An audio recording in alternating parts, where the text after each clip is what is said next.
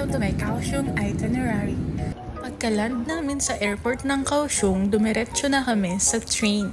Hindi pa ako maalam dito, buti na lang sinundo kami ng tita ko. Bayad lang kami ng 70 pesos ata for the train ticket. And after that, nag-grab na kami papunta sa aming hotel. So sa Art Home Hotel kami nag-stay for 5 days.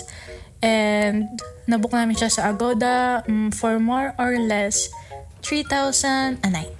Nare-recommend ko tong hotel na to kasi malapit siya sa maraming 7-Eleven and maraming kainan. Also, malapit siya sa metro. So for our day 1, pupunta kami sa Anime Station and Dome of Light. For that, bumili muna kami ng gift card sa 7-Eleven which is 150 NTD. Here is the metro map for Kaohsiung. So we're here again sa Kaohsiung Main Station. And sobrang ganda lang talaga ng station na to. Sobrang linis, sobrang artsy. Wala akong masabi. As in, maganda. Bago kami kumalagala, naghanap muna kami ng makakainan sa loob ng Kaohsiung Main Station. And ayun, kumain kami here sa isang ramen shop. So far, mas mura yung mga pagkain sa Kaohsiung compare sa Taipei. A few moments later. After we ate ito, namasyal na kami and sobrang daming gachapon and merchandise ng mga anime. Which I like kasi nga fan ako ng anime. Look, oh. Meron silang mga card dispenser. And medyo mahal to guys kasi ano siya. Inangkat ata siya from Japan kasi yung mga label nila is from Japan. After shopping, punta na kami sa Dome of Light. Station away lang siya sa main station guys. So yun, we head back to our hotel and naglakad-lakad kasi ang ganda ng weather. Maganda siya sa video pero sobrang init.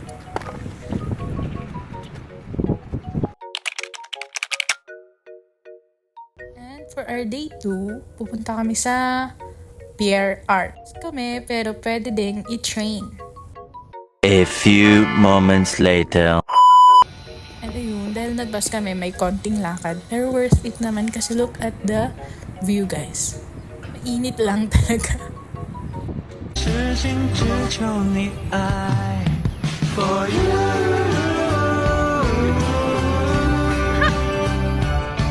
For you Nag-moment yarn. So, sa Pier Art, maraming magandang puntahan talaga. So, yun, may sunset. And we are heading sa isang anime merch shop ulit.